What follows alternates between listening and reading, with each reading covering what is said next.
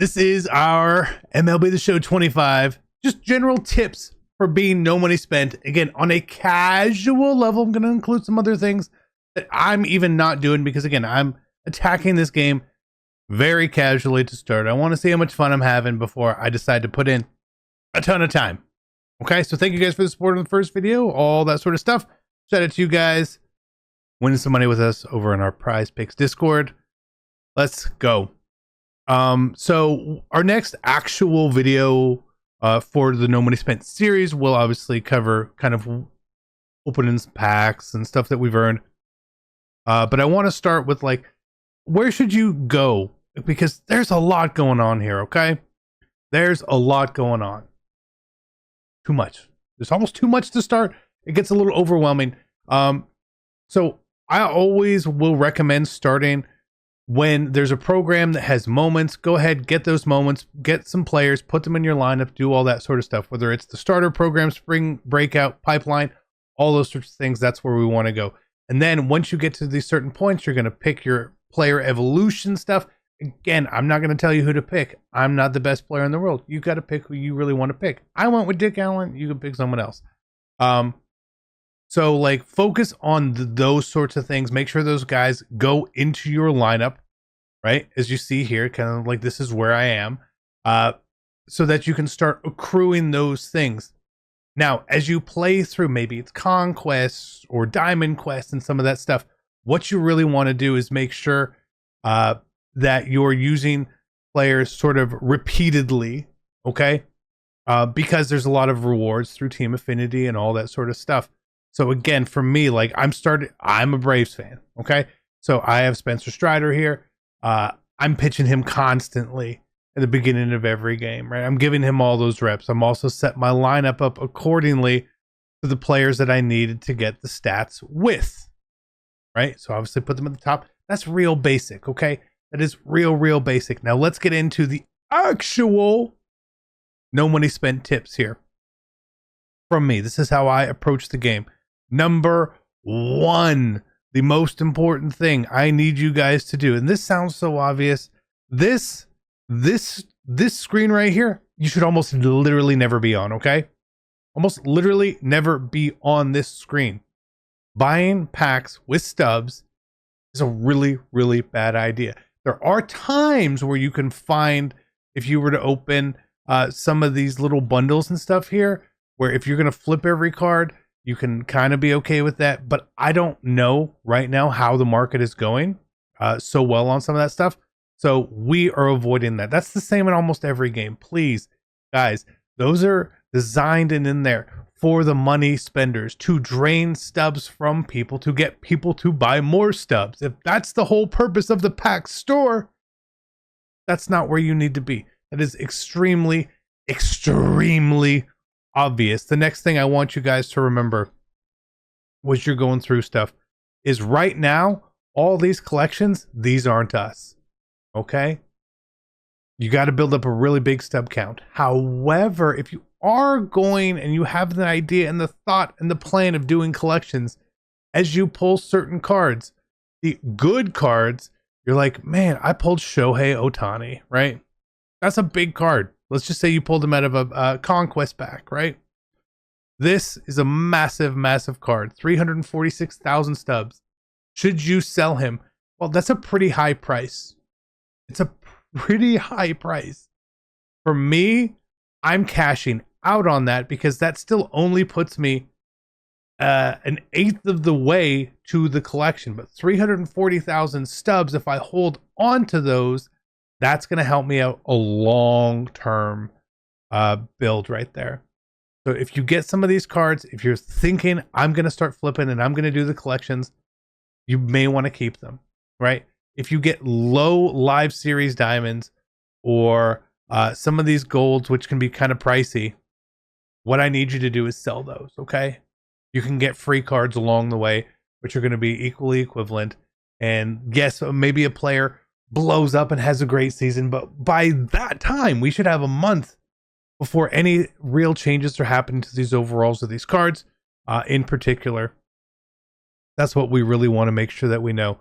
The next big thing before we take a quick little break here if I go look, we have this card right here, Teoscar Hernandez, right? If I look at the quick sell options of this card, quick sells for 900 stubs. 900 stubs. Okay.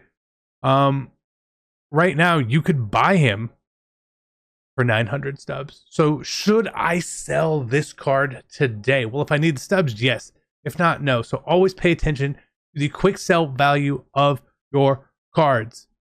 That's called investing without risk. Okay. That is super, super important. There's no need for me to sell this card at 980 stubs, take a 10% loss. I could just quick sell it there, right? I'm only would be selling cards if I'm going to be making stubs on them. I really can't make stubs. We're not going to have roster updates for a while. We are in a good spot here. I'm not worried. This card can stay on my team and I can use him for now, right? There are certain cards you will run into. Evan Phillips here, right? If you have this card, you can actually sell him for stubs. So just keep that in mind. His price isn't at quick sell. Teoscar was. That's the difference in deciding which little live series cards you pull. Should you keep or sell or use? If you're not using the cards, I would suggest selling them though. Now that the NFL season is over, we're going to be shifting our focus over on PrizePicks to NBA and MLB baseball. All you have to do is use your sports knowledge, pick more or less, and you can win up to 1,000 times your money. And for new users right now, if you sign up using code CC, all you have to do is make your first deposit, play a lineup, and you will get $50 in credit instantly into your account. And to sign up, all you have to do is click the link in the description down below or go to the App Store. Either way, make sure you are using code CC when you sign up. So it's time to check out PrizePicks, get winning, have some fun, boys. Let's get back to the video. Let's have a great day. Good luck on all your lineups. And I know a lot of that sounds real basic, but it's so true. Way too often, people get stuck with cards that just don't matter, right? Like I have this card. It's in my binder. Kevin Kelly. Is he a decent little card here? No, not really. Selling for he's a bronze, selling for 400 stubs. So we're gonna sell him. He's on the team, but you get the idea. So like that's what I mean there. Okay, that's part of the thing with flipping. A lot of the flipping, if you were gonna do flipping in the market, which I am not going to be doing, you should be doing on the companion app. I want to get into that part for you guys. A lot of the good stuff that I in the past have gone through are some of these things, right? I'm not just saying this one, but this is a great place to go if you have low stubs. You can see right here, and they may not always sell all that often or that quick. But again, knowing the quick sell value of these gold unlockables is 100 stubs, right? So I would buy a bunch of these at 115, 114, pretty close to quick sell value, and try to sell them for 250 stubs. Yes, I'm making 100 stubs per card, right? And again, you need to get a lot of stubs, but that's a great way to do it. That was just a random one we clicked on. Let's go find some other stuff down here. Let's go look at a lot of times some of the silver stuff works as well. I don't know why this one's so expensive, but it is. Okay, so it is. If I could buy this for 60 and get close to selling there, again, these price differences aren't going to last forever. So this is just another example of things that you want to look at and find and see. Again, this one, not very good. The quick sell is 25, right? Sometimes you can get into the diamond stuff as well. It's really hard though, because they quick sell for 1,000. So finding that right one, you're going to see a lot more on the companion app. So that's from the unlockables, a great place to go and make stubs early on in the game. The next place really is going to be the equipment. Again, I prefer going on to the companion app, but we can look at some of these and you really have to keep up with the equipment.